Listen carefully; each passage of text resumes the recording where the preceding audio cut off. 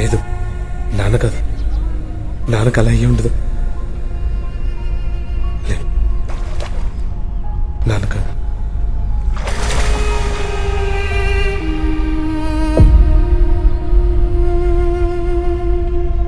నాన్న కనిపించేటప్పటికి 1 రోజులు అవుతుంది బాబాయ్. తిరగని ఊరంటూ లేదు. నాకు అసలు ఏం జరుగుతుందో అర్థం కావట్లేదు.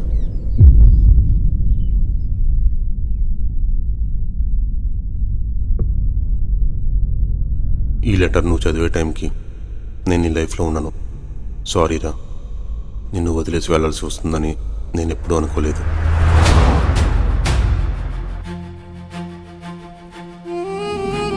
కానీ తండ్రి కొడుకుల బంధం ఎంత అద్భుతంగా ఉంటుందో నువ్వు పుట్టాక తెలిసింది. ఈ ప్రపంచంలో కొడుకులు లేని తండ్రులు ఉండొచ్చు, కానీ తండ్రి లేకుండా కొడుకు ఉండడు.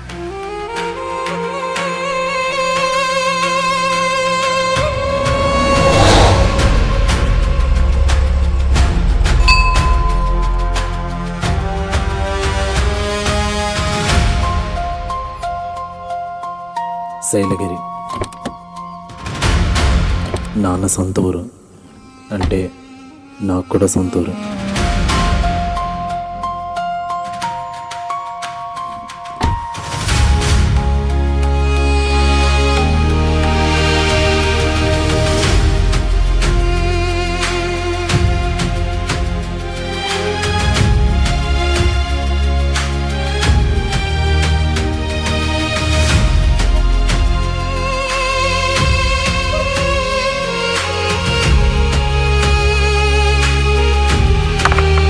అమ్మ నాకు దూరమైనా నేను బతకగలిగానంటే నీ వల్లే.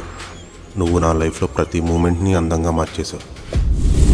అలాంటిది నీకు హాని చేయడానికి కూడా వెనుకాడినంత మార్పులు నాలో నేను చూశాను. అప్పుడు నాకు 14 ఏళ్ళు ఉంటాయేమో అన్న. అమ్మ చెప్పింది, తాతల తరం నుంచి వస్తున్న అద్దం మా అమ్మ కారణంగా చిన్న బయట వచ్చిందని. మొత్తం అద్దాన్నే పగలు కొట్టేశాడంట. అప్పుడు మా అమ్మ చెప్తే నాకు అర్థం కాలేదు. ఇప్పుడు జరుగుతున్నవి చూస్తుంటే తెలుస్తుంది. నేను నా కోపాన్ని అదుపులో పెట్టలేకపోతున్నాను అనుకున్నాను, కానీ అది నన్నే తినేసేంత మెంటల్ ఇల్నెస్ అని అర్థం కాలేదు. నాలో ఎంతగా పెరుగుతూ వచ్చిందంటే, ప్రేమతో వేసుకుంటున్న డ్రాయింగ్ నువ్వు చిన్నగా డిస్టర్బ్ చేసావని కోపంతో దాన్ని నాశనం చేసేంత. అవి చిన్న చిన్న విషయాలే, కానీ నా కోపం మాత్రం చిన్నది కాదు.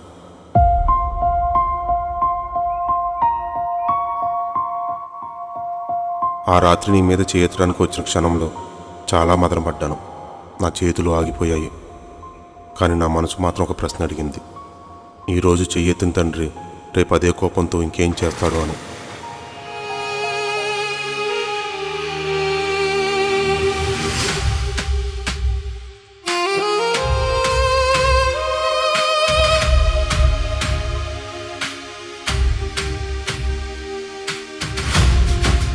నిన్ను బాధ పెట్టే తండ్రిగా ఉండడానికి బదులు నీ కోసం దూరం అయిపోయిన తండ్రిగా ఉండడం మంచిదనిపించింది.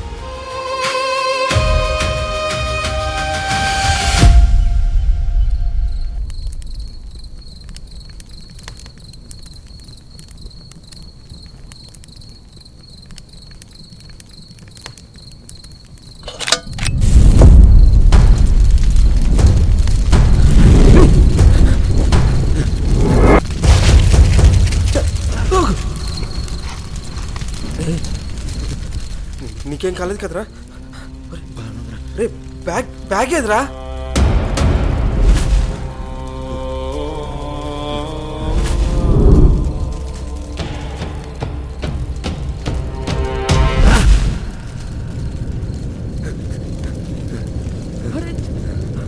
అదిగో నీ వెనకాల ఉంది.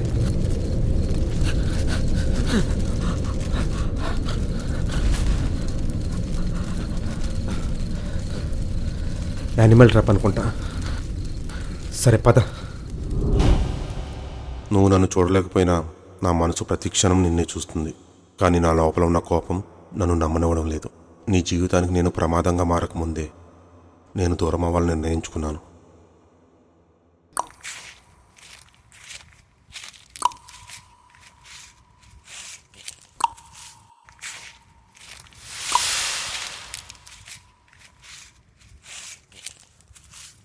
చుట్టుపక్కల ఎవరో ఉన్నట్టున్నారేంటి?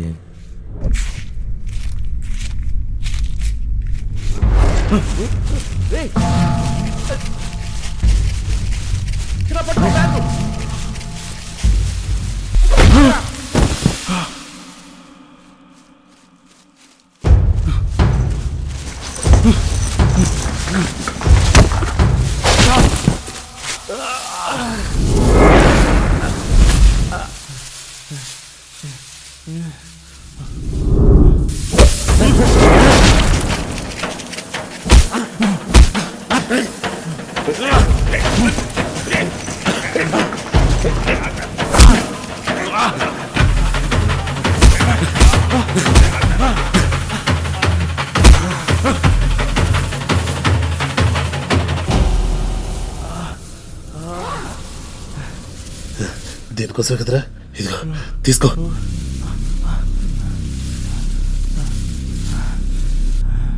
నేను ఎక్కడికి వెళ్తున్నానో వెతకకు, కానీ ఎప్పుడైనా నా గురించి తెలుసుకోవాలనిపిస్తే మన ఊరిలో ఉన్న గోవిందనను ఒక్కసారి కలు. అతనికి నేను చెప్పాల్సిన మాట ఒకటి వదిలి వెళ్తున్నాను.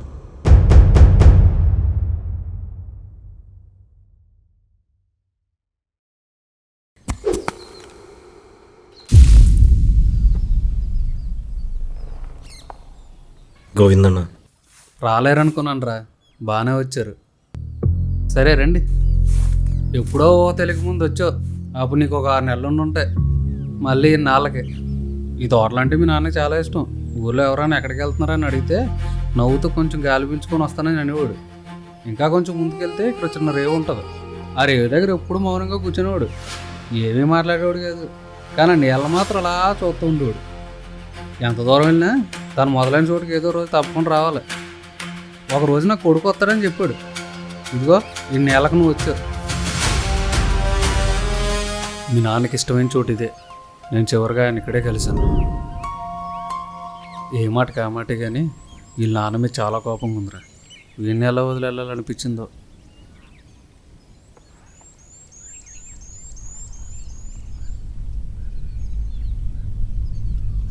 నాన్న సొంతూరు కదా అని ఇక్కడికి వచ్చి పోతుంటాడంట. మన గుర్తులు పెట్టి నీ ఫోన్ నెంబర్ రాసిపెట్టి వెళ్దాం. ఏదో ఒక రోజు వచ్చి చూసుకుంటాడు. గోవిందన మనకు చెప్తాడులే. లెటర్లో లాస్ట్ లైన్ ఎందుకు చదవలేదన్నా?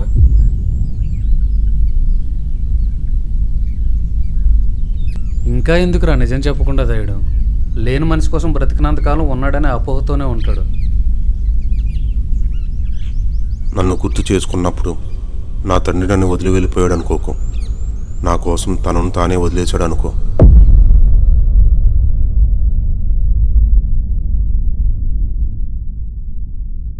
ఇంటి దగ్గర నాన్న కబుర్డు తెరిచినప్పుడే అనుమానం వచ్చింది. నువ్వు బ్యాగ్లో పెట్టిన నాన్న బట్టలకు కొట్టే సెంటు వాసన తెలుసుకోలేనని ఎలా అనుకున్నావు? నేను ఏడవనన్నా. నాన్న నన్ను అలా పెంచలేదు. కానీ దుఃఖం వచ్చేస్తుంది. ఏడవకుండా ఉండాలి. సారీ నాన్న.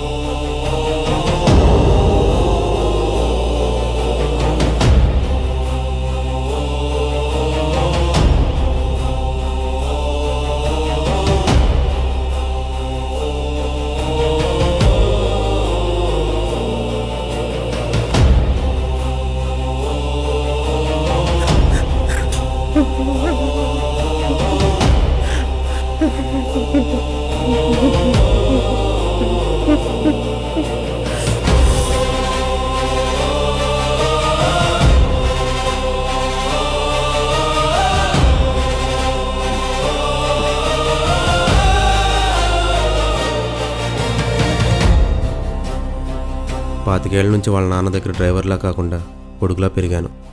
ఇంతకాలం బతికింది వాడి కోసమే, ఇప్పుడు పోయింది వాడి కోసమే. మొదటిసారి చూస్తున్న వాడు తప్పడం, కళ్ళు లేనప్పటికీ ఈ రోజు వాడి నమ్మకాన్ని కోల్పోలేదు. అలా పెంచాడు వాళ్ళ నాన్న. మనం శబ్దాన్ని వింటుంటే వాడి శబ్దాన్ని నమ్ముతున్నాడు.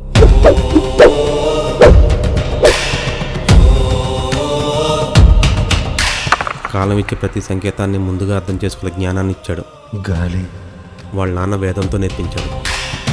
ప్రతిదీ వాడికి వేదం నుంచే వచ్చింది.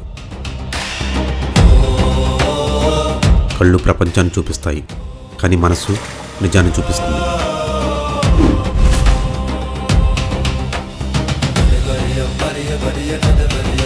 వాడి కళ్ళకు తండ్రి మరణం కనిపించలేదు.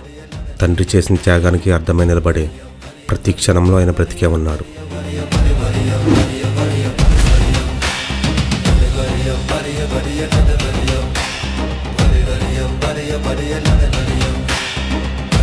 నడిచే నడక కళ్ళతో కాదు, శబ్దాలతో అర్థం చేసుకుంటాడు. వాడు వేసే ప్రతి అడుగు ముందున అడుగు ఉంటుంది.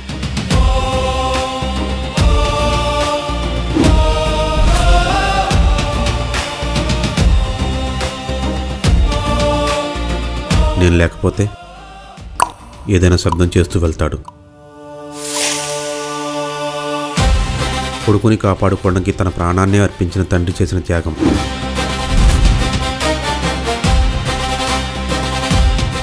నువ్వు బ్రతికే ప్రతిరోజు నా జీవితం వృధా కాలేదనిపించే రోజు.